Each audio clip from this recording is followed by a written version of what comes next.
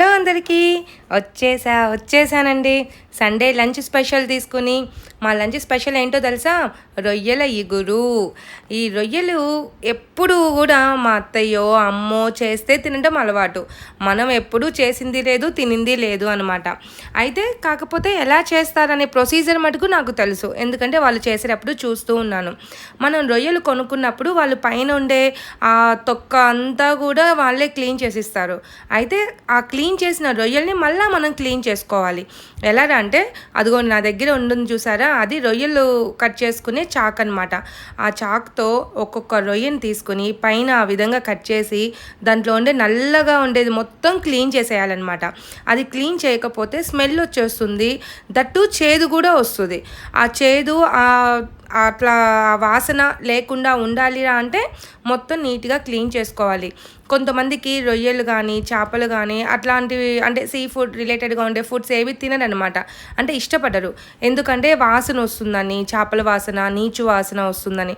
కానీ ఈ విధంగా క్లీన్ చేసుకుని చూడండి, చాలా అంటే చాలా టేస్టీగా, అసలు మంచి స్మెల్, ఇంకా ఇంకా ఇంకా లొట్టలు వేసుకొని తినేస్తారనుకోండి. కాబట్టి ఫస్ట్ మనం రొయ్యలు తీసుకొచ్చుకుంటే ఇంటి దగ్గర కొంచెం ఓపిక చేసుకుని అలా పైన కొంచెం అట్లా కట్ చేసుకుని మొత్తం తీసేస్తే నీట్గా వస్తాయి.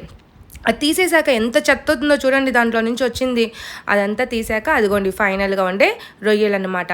అయితే వీటిని బాగా కడుక్కోవాలి. ఎంత బాగా అంటే కనీసం 5-6 సార్లు కడుక్కుంటే ఆ విధంగా తెల్లగా వస్తుంది. ఇక మసాలా వేసుకుందాము.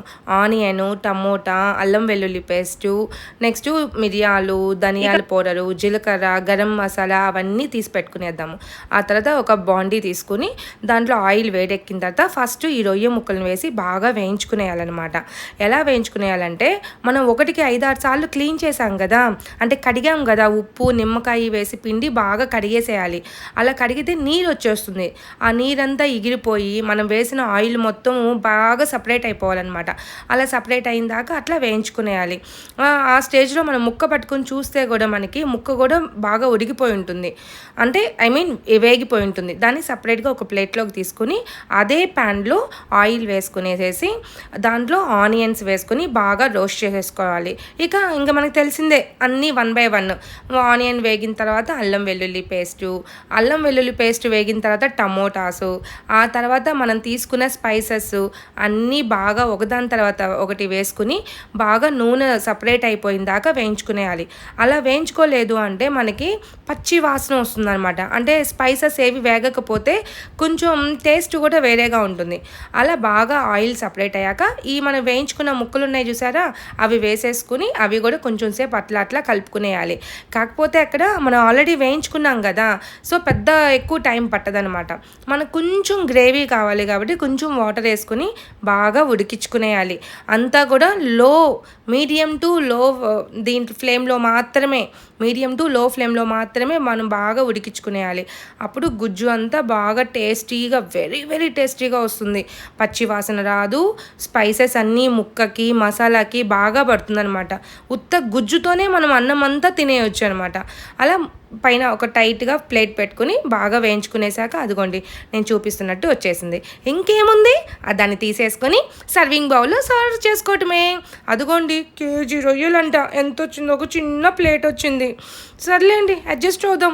ఇక వేడి అన్నం పెట్టుకునేసి కొంచెం ఆ రొయ్యల కర్రీ వేసుకొని దాంట్లో ఒక చిన్న ఆనియన్ ముక్క వేసుకునేసేసి బాగా వేడి అన్నంలో వేడి రొయ్యలు ఇగురు, ఒక ఉల్లిపాయ ముక్క వేసుకుని ఉఫ్ఫు అనుకుంటూ కలుపుకొని తింటూ ఉంటే ఆహా, మనం పడిన కష్టం మొత్తం పోతుందండి. అదిగోండి చూడండి ఎంత బాగా వచ్చిందో. నచ్చిందా? నచ్చితే నా వీడియోని లైక్, షేర్, సబ్స్క్రైబ్ చేసుకోండి. అట్లే రసంలో కూడా చాలా బాగుంది. రసంలో అన్నంలోకి ఒక ముక్క అలా పెట్టుకొని తింటుంటే అసలు చాలా అంటే చాలా బాగుందండి. ఓకే, మళ్ళీ మరొక వీడియోలో కలుద్దాం.